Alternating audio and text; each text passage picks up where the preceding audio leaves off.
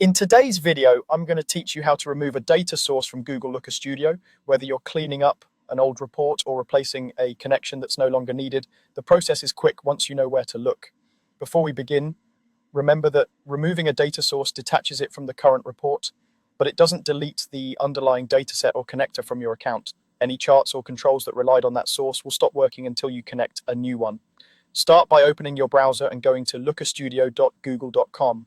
Open the report you want to edit. If you don't have a report yet, you can create a blank one or pick a template to get started.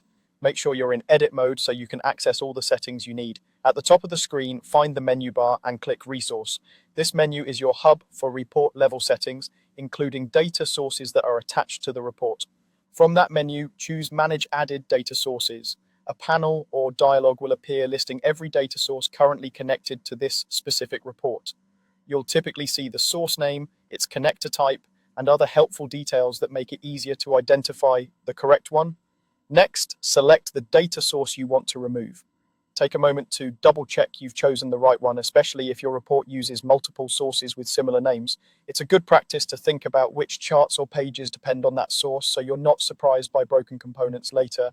If you're rotating credentials or reorganizing your reporting, you might consider renaming your sources outside this flow to keep everything clear, but for now just confirm your selection here. Once you've selected it, click Remove.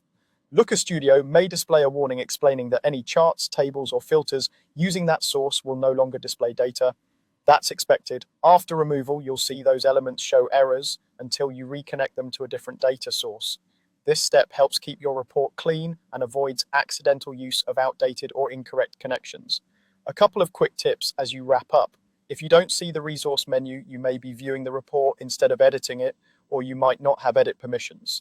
And if your goal is to replace a source, you can add the correct one later from the same Manage Added Data Sources area and then update your charts to point to it. That's all there is to it.